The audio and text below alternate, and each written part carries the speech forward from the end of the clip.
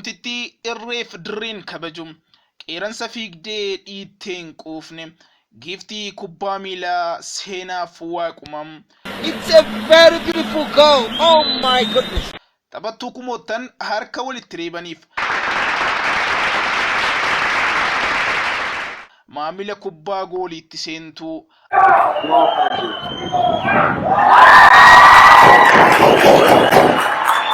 adda duree taphattoota kan sochiin isheen kubbaa qabattee dirree keessatti gootu ija ilaalu marareem onnee boonsu kan gareen kubbaa miila dubartoota biyyattii keessa jiru faana ishee dha'u haadha badhaasota hedduu Seenaaf Waaqumaa.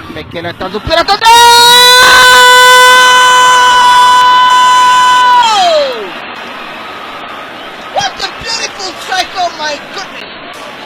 This is absolutely fantastic! Oh! This is fantastic! Oh my goodness! Unbelievable! Oh! Let me see. It's a very beautiful goal. Oh my goodness! Taphattuu sarara fuuldura garee kubbaa miila biyyoolessa dubartoota Itoophiyaa loosii kan taate sabboontiittiin Seenaaf Waaqumaa jalqaba bara 1990mootaa keessa dhiyaa Oromiyaa Wallaggaan magaalaa Naqamteetti dhalatte. Seenaaf tapha kubbaa miilaa kan eegalte achuma naannawaa itti dhalatte magaalaa Naqamteettidha. Wallaggaa yaalii taphiftuudha kan gibee konkolaate waldhabneeree shurrubbee garaanchitee tokko yaade.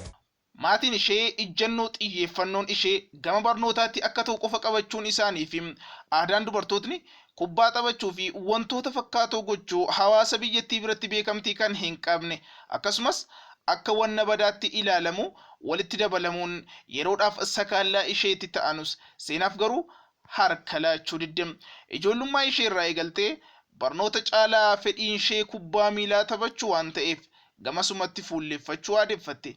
Mana barnootaa itti barattu keessatti yeroo boqonnaa barattoota dhiiraa faana dirree kubbaa miilaa seenuun tapha eegalte. Yeroo ishee gara caalu isaaf oolchuutti jabaatte. Ammas garuu aadaan dubartoonni kubbaa miilaa akka taphatan hawaasa biratti baratamaa ta'uu dhabuun garuu tapha jaallattu kana eegaltus qorumsa isheetti ta'uu hin oolle. Ilaalchi namootaa gaarii hin turre. Dubartoonni akkuma manaa hin baanee fi akka waan qaanessaa ta'e wayitti ilaalamu. Ilaalchi hawaasni dubartootaaf qaban gaarii ta'uu baatus ani garuu kaayyoo koo waan tureef wanti na dhaabu hin turre jetti Seenaaf Waaqumaa. Maatiin ishee ilaalchuma hawaasni dubartiin akka kubbaa taphattu hin jajjabeessine kan irraa ka'uun irra deddeebiin tapha kubbaa kana ishee dhorkaa turan. Kuni garuu isheedhaaf gonkumaa liqinfamuu fidide. Qaanqeen jaalalaa kubbaa miilaa keessa isheetti giimee gubee ishee rakkise. Boodarra maatiin ishees fedhiin ishee kun yeroo humna isaaniitii ol ta'u fedhii isheef eeguu jalqaban. Shurrubbeen qaaritee geggeesseen biraa dhufa garaa koo jabaadhuka.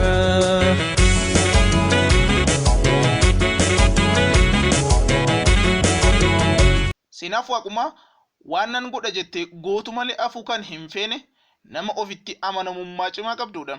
Namni tokko kaayyoo qabaannaan waan qabate immoo irratti xiyyeeffannaa wanti isa dhaabu hin jiru jechuun jabduu kaayyoo ofiif wareega fedhe laattu ta'uu ishee dubbatte.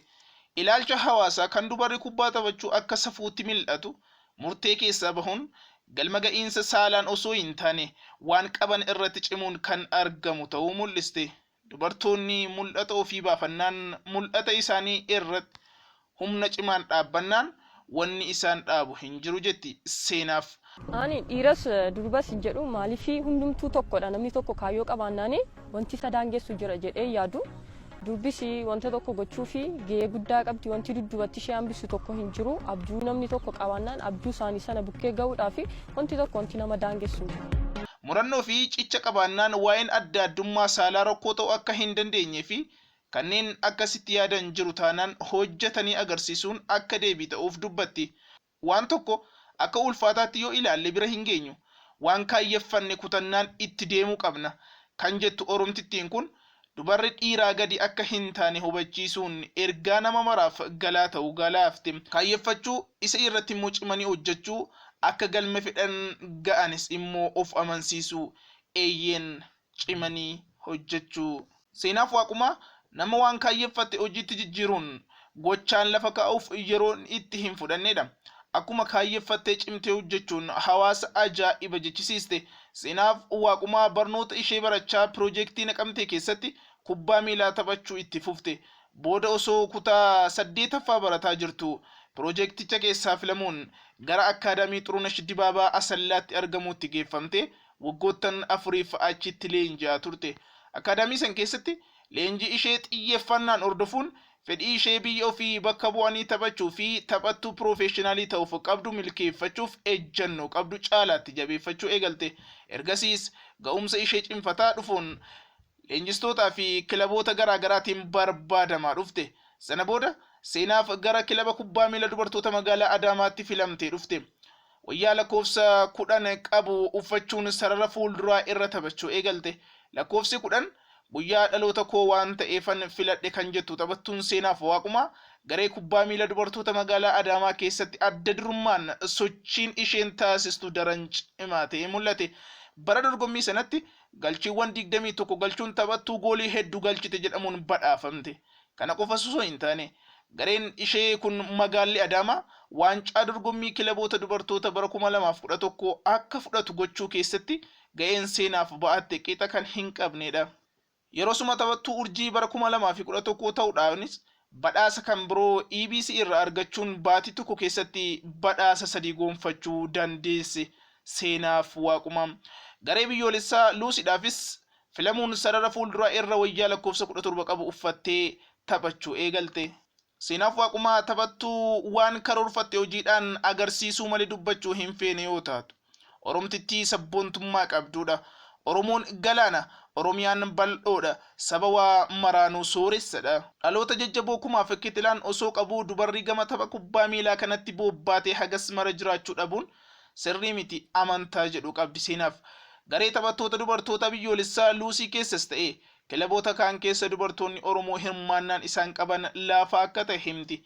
Yeroo kilaba Adaamaa turtetti kilaba biyyoolessaas ta'e garee kilaba keessa taphattu magaalaa Adaamaa kana keessa dubartiin Oromoo kubbaa miilaa taphattu ishee qofa akka ta'e kaasuun ilmaan Oromoo biroos waan gama kanatti jabaachuu akka qaban kaastee turte.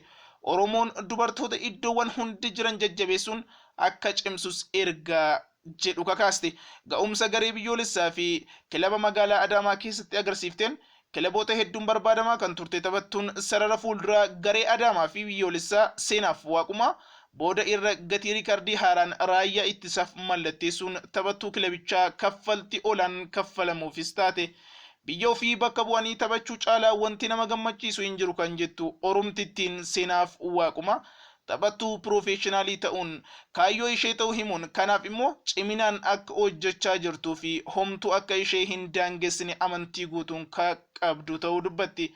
Galma ga'iinsa ishee hanga har'aatiif maatii isheetti dabaluun leenjistoota ishee Kumarraa fi Baasaazin Lammaa shoora olaanaa akka qaban kaasuun isaan kan galateeffattu yoo ta'u, taphattoota idil addunyaa keessaa taphataa yeroo ammaa PSG keessatti sochii jabaa qabu Neymar Junior kan dinqisiifatu ta'uu dubbatti taphattuu Seenaaf Waaqumaa.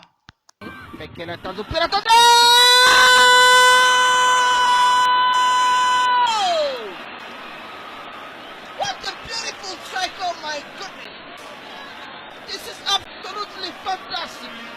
Oh! This is fantastic, oh my goodness! Unbelievable! Oh! Let me see. It's a very beautiful goal. Oh my goodness. Bao safi kabisa. Funga goli maridadi. Na hisi inaweza kuwa goli la mashindano haya kwa kweli. Amefunga goli na kisigino. Kama jinsi pasi ilivyotolewa.